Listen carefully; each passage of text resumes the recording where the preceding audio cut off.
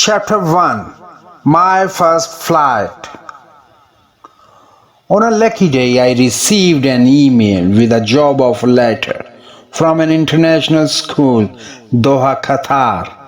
I was very happy by this great offer with much attractive salary and fringe benefits. I accepted this job offer happily, and visa processing had been started immediately as there was an urgent need of a biology teacher for the new session to be started very soon.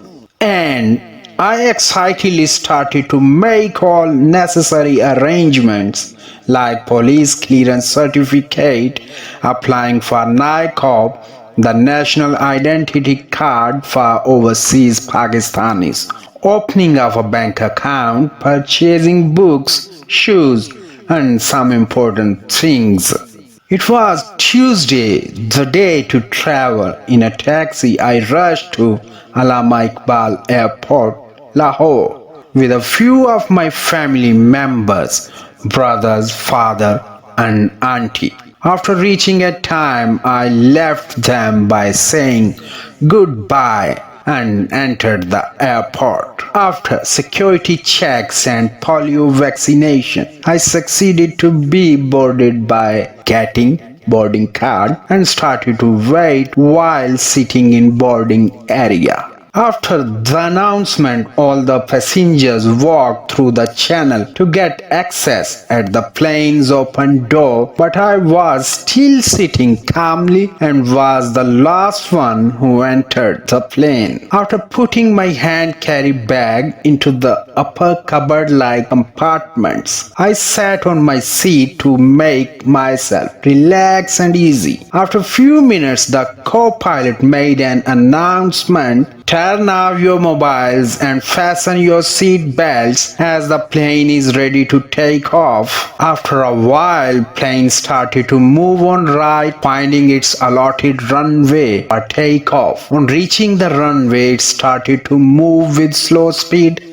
That started to increase more fast and much fast with extreme sound, and after a few seconds, the plane left the ground and came into the air. When the plane was smoothly flying, a very gorgeous air hostess with smile came and said, "Sir, would you like coffee, tea, juice, water, or whiskey?" Without thinking, I replied confidently, "A sip of whiskey, please." I quickly said, "Sure, sir," she said. "Whiskey with ice, sir?" By concealing my nervousness, I quickly replied, "Yes, with a cube of ice."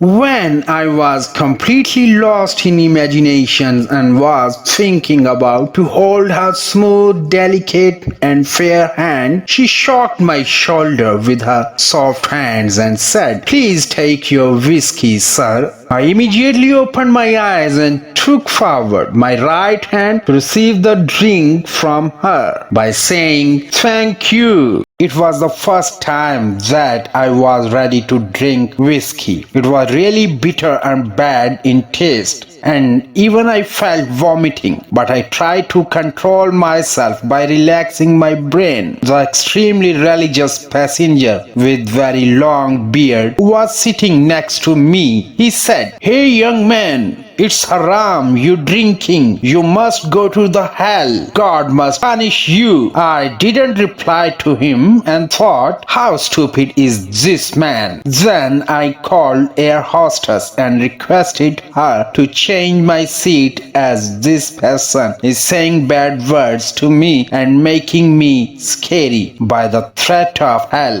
She took me and offered a seat in front of her seat. It was a great blessing for me to have a journey by watching and talking to a gorgeous Russian air hostess. After an hour, plane landed at Doha airport. All the passengers were leaving the plane and I was still sitting at my seat. I was the last one to leave the plane when I reached that plane's door. I saw her at the door. My steps stopped near to her and I gave her my smartphone and said, Would you like to give me your mobile number as I want to see you at weekend? She thought for a moment and said, okay, I will. You really are real gentleman. After thanking her, I left the plane, came out of the airport where a Sri Lankan boy was waiting for me by holding a placard of my name.